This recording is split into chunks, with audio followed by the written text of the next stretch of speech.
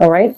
So I'm going to say that this is a little bit of a troubling month. First of all, we do have the Nine of Cups as well as the Star card. Both of these are wish cards, and they're both in the reverse position. Now, I'm not going to, say that, oh, whatever it is you're hoping for, you're not going to get it, because that sounds very fatalistic. But I do feel that one of the things that I want you to keep in mind about is that there is going to be some type of a revelation as it pertains to people in your environment, okay? Because we do have an air sign here, Aquarius, Gemini, Libra, and then we do have a fire sign here, which is Leo, Sagittarius, Aries, that you have been dealing with for quite some time. And what I'm sensing is that there is definitely stuck communication, okay? Miscommunication.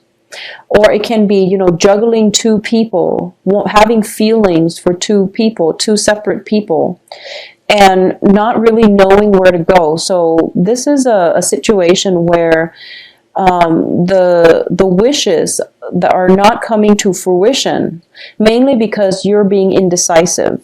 Okay, so if you were to just, pick a route, any route, or pick a path for yourself, any path, then things will be okay.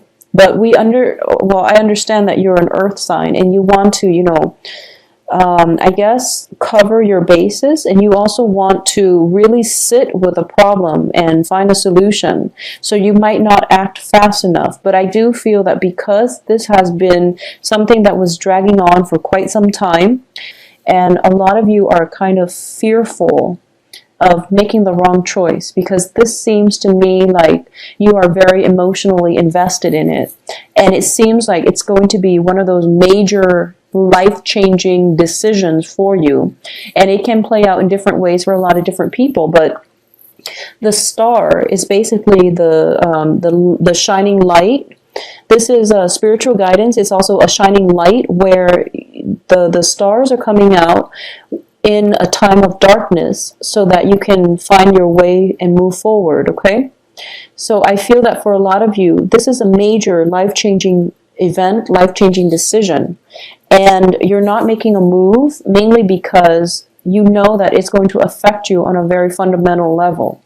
Okay, so you're still pretty much weighing out the pros and cons, and the whole waiting process is torturous.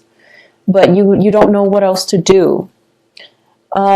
Take control of your life, and don't give your power away. Take control of your life and make up your mind what you want to do, and trust your intuition, and just know that things will be okay. It is also the time of Mercury in retrograde, starting on January 5th, I believe, and it's going to pretty much end by the end of January. So you are ruled by the planet Mercury, you and Gemini. So I definitely feel that it's very important for you to sit with your... Overall, I don't feel that Virgos make decisions very lightly. You've most likely spent months mulling it over and sleeping on it, and trying to figure out the best course of action. So I don't feel that this is a decision that you're making lightly. However, I do feel that it seems to me as if you've made up your mind and you figure out, okay, I'm going to go forward with it. But then the Mercury retrograde kicks in. And then you're dealing with a lot of self-doubt, okay? Maybe something that a similar situation was not favorable, it left like a lot of fear, and it left like a bitter taste in your mouth in the past. And moving forward with this decision, you feel that you don't want the same mistakes to repeat. But I'm going to say that you're dealing with different people in a different context. So don't be afraid. Do whatever it is that you need to do to get yourself unstuck and to also reclaim your power. Okay, so that's the major thing that I'm getting here. So let's talk about this cluster where all the people are. So the first thing I'm sensing is, for those of you who are dealing with an air sign, once again, it is Aquarius, Gemini, Libra. I do sense that there is an element here where communication overall is really has been problematic. Okay, it has been problematic for quite some time. So I definitely feel that this is something that you need to address if you want to move forward with this person. And I don't feel, because it's a page energy, it could be somebody who is significantly younger. Okay, this can be even a child, or it's just somebody that you're dealing with. And communication, for some reason, you're not seeing eye to eye. You're not aligned philosophically. And it has to do with, it could be just because of the differences in elements, or it could just be the fact that they are biologically younger than you, and it's difficult to bridge that generational gap, okay? I do feel that they look up to you a great deal, is what I'm sensing, because just the energy that I'm getting here. If this is, if this resonates with you and you feel like this is the person that you're deciding between and you don't really know how things pan out, well, I'm going to say that if you want to overcome the communication problems, you're going to have to give it a try. And air signs in general are very, very communicative. So whatever communication problems or emotional blockages that you've been having in the past with this person, you really have to, let your guard down a little bit and approach them in a very non-confrontational and non-critical light in order for things to advance forward, okay? That's with an air sign specifically. If you are dealing with a fire sign, and the fire sign is represented by the King of Wands here, I do feel that for a lot of you dealing with the fire sign, you've, it seems to me as if there were situations in the past that you felt as if you're getting the short end of the stick, okay? And this can be in romantic or just other interpersonal relationships, where they say they're going to do something and they don't really follow through. And instead of holding them accountable, you gave them another chance. And because of it, I don't feel that it's anything that you're doing, but I do feel that they are innately unreliable. So instead of holding them accountable for it and having some type of a discourse between, how that their behavior and how that made you feel, it was basically swept under the rug. And it's funny, I was getting the same type of energy for Leos as well. So there is a fire sign where flakiness is definitely an issue. And the flakiness, it can go both ways. I don't feel Virgos are innately flaky. I don't sense that with Virgos. But then again, your moon and ascendant signs can alter your behavior. But I do feel that, the problems were never properly addressed. And it became a pattern. It became a habit. It became a pattern. And now you're so deep in it, they don't feel it's a problem and you feel it's a huge problem. But you don't really know what to do to make them see, to open their eyes as to how this affects you. So this is definitely, things that you have to work out in your interpersonal relationship. So the month overall is not, I don't feel like it's very difficult. It's just about, setting boundaries.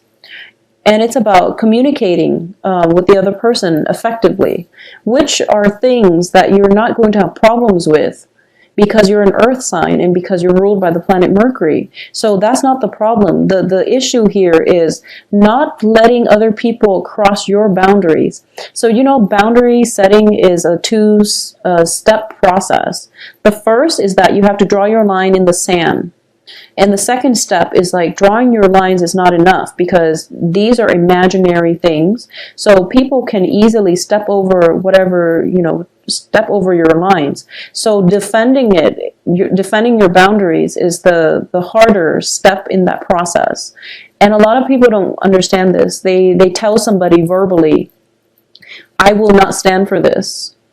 and then they expect the other person to follow through. And then when the other person doesn't follow through, they don't call them out on it. They don't hold them accountable. So holding somebody accountable for their actions is something that you're going to have to do to, I guess, maintain, sustain, and also defend your boundaries, okay? Think of this as like, I guess, psychological warfare, and you don't want to let other people encroach upon your boundaries, because it creates situations where we give too much of ourselves and then we end up empty-handed, okay? It allows other people to, it basically sends out mixed signals, and then other people will basically push, or they will test to see how much they can get away with. So I feel that for a lot of you, setting boundaries and defending your boundaries, thinking very critically about solutions to problems, this is the only thing that I am sensing coming through for you. It's pretty straightforward, but I do feel that it is going to be a little bit difficult, because I sense that for a lot of you, you really like a person, in whoever it is, the air sign or the fire sign. You really like them, and you feel that, okay, I don't want to impose myself upon them, mainly because I don't want them to leave. I don't want to turn them off. I don't want them to feel or think a certain way about me. And you really have to keep in mind that I feel for a lot of you, the first message that I was getting is coming back in, which is that they've actually liked you for quite some time. And I feel that no matter what you do, they're still going to like you, okay? But they have some learning that they need to do. They have some growing up that they need to do. So it would be in your best interest to kind of take their hands and lead the way, okay? They're not going to be repulsed by you. No matter what you do to maintain your boundaries, they will understand. And that's why I'm saying that. I'm seeing here that the wish fulfillment will only come in when we know what we want and we work to achieve what we want, and we're headed in the right direction, okay? So this is, we have the two wish cards in the reverse, and that's why I say don't make it fatalistic, okay? And I feel that if you're afraid of turning somebody off just because you want to, set the ground rules, don't be afraid. Ground rules are important. And if you don't do it, I do feel these two characters, they have ways of throwing you off balance, is what I'm sensing, okay? Aside from that, I do sense that financially for this month, I don't feel that you're going to hit major obstacles or anything like that. But I do sense that some type of travel is also in the works. Maybe not for January, but I feel like it's coming in very soon. So possibly in February is when you're thinking about taking this trip. So you're solidifying some type of plans. You're planning things out right now, and that's what you're trying to sort through. I also feel as if this is the month where there's a lot of celebrations. Like you're going out a lot, and you can be physically overtaxed, and you're going to start to feel it, okay? So take some time off to rest. I feel almost like, feeling physically drained, feeling very physically drained, and also feeling very, very mentally taxed, okay? So that's something that you're going to have to sort through in order for you to find your equilibrium, all right? For a minority of you who are in established relationships, I do feel, once again, we have the Hierophant card in the reverse position. So this traditionally indicates to me divorces and things like that, separations, and a lot of you might be in a situation where you're spending time with the children, and there might just be, If you're going through a separation, you might have a very limited time window to spend with your children.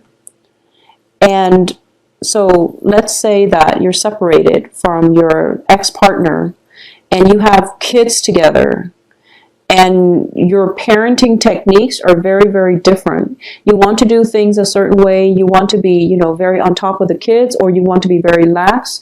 But whoever your ex-spouse is, they have different ideas when it comes to parenting. So these clashes are coming through where you have the kids for part of the time, and you tell the child to do something and they try to tell you, but mom or dad wants us to do it this way. And it's really difficult to discipline a child when, you know, the ground rules are not consistent between two separate households, okay? So like I said, going back to the original comment, ground rules are very, very important because I feel like you're dealing with a younger energy and they're very malleable. So as long as you lay down the ground rules, they are going to be able to obey you, basically. But I do feel that there is somebody a little bit sneaky in your environment. This can be the air sign, okay? So the air sign, the Gemini, Aquarius, Libra. If you're dealing with this person as a parental figure, for example, if you're their mentor or you're taking care of them or in some way, I feel like they like to push boundaries. So that's why boundaries and setting ground rules would be important. And I feel it seems almost like, you turn your back and they're up to no good. That's what it seems like to me. So if this is a relationship partner and you're starting to feel this way, there's no point in staying in it. And if this is a child, then, you know, you're kind of stuck with them. So you have to teach them the right way to behave, and you have to talk to them about, you know, personal responsibility, integrity, honesty, and all of those things. But I definitely feel like there's trust issues here, okay? And it's coming from both sides, because of lack of consistent boundaries, lack of ground rules, lack of discussion, and just overall trust issues coming in from both sides. So I just want to emphasize that, okay? It's not all in your head, but I do feel that it's not one-sided, meaning that it's not just that you don't trust them. It's just they also don't know where they stand with you. So that's why ground rules, foundation setting, boundary setting is very important, especially if you're dealing with a child. I also feel as well that it's just, you know, for those of you who have recently divorced and are now sharing children, it's very challenging, especially if you are the female Virgo and you're sharing the children with possibly a fire sign. I do feel that the fire sign is not very vigilant when it comes to child rearing. They're not really sure what their kids are up to. I also feel that there is a very lack of structure within the household, so the kids like run the place and they don't really have very strong a firm foundation. So then when you take care of them, they destabilize your environment, they destabilize you emotionally. So that's just something you have to work out with the father if he's in the picture, okay? That's just something you have to work out with the father. So I'm sensing that specifically for Virgoan women who have children who are divorced from like a fire sign father figure, or separated from a fire sign father figure, or just have kids, never married, but now are dealing with, you know, joint custodies and things like that. So that's what's coming in. Because of all the reverse cards, I'm going to actually pull out a few more cards. I'm going to pull out 3 more for you guys, just to see if there is, yeah, well, we have several. So I do feel that, you know, emotionally for this month, it's a very emotionally exciting month. It can feel like a little bit of an emotional roller coaster. I want to emphasize as well that if you like somebody, I just want to say that they're chasing after you too. So just make it known, okay? That's the message I'm getting. So this is a reciprocity, and this is emotional stability, emotional contentment, and this is the apex of emotional happiness. So you are going to get what you want, but you really have to act on it, and you really have to act fast, okay? Additionally, we have the Eight of Swords here, and this deals with, you know, a situation where you feel very stuck. But the reality of it is you are not stuck, so you can definitely get yourself out of it. This is a situation also where you feel like you don't have all the information, but Virgos, I'm sensing that you're dealing with a lot of self-doubt, okay? You actually do have all the information you need, but it's the self-doubt that is making it seem like this, because the next card here is the High Priestess, which is trusting in your intuition. So I can't say any more about this because the cards are all corroborating the same theme, okay? You basically have everything that is going to make you happy, okay? You're going to end up in a very, very good place. It's the self-doubt that is keeping you very stuck here. And trust your intuition, trust your capabilities, trust that you have everybody's best interests at heart, trust that you're on the right path, trust that whatever feelings that you're picking up from other people is being reciprocated, okay? So trust issues or even love, attraction, whatever it is, whatever you're picking up from other people, it goes to both ways. So trust in your intuition, okay?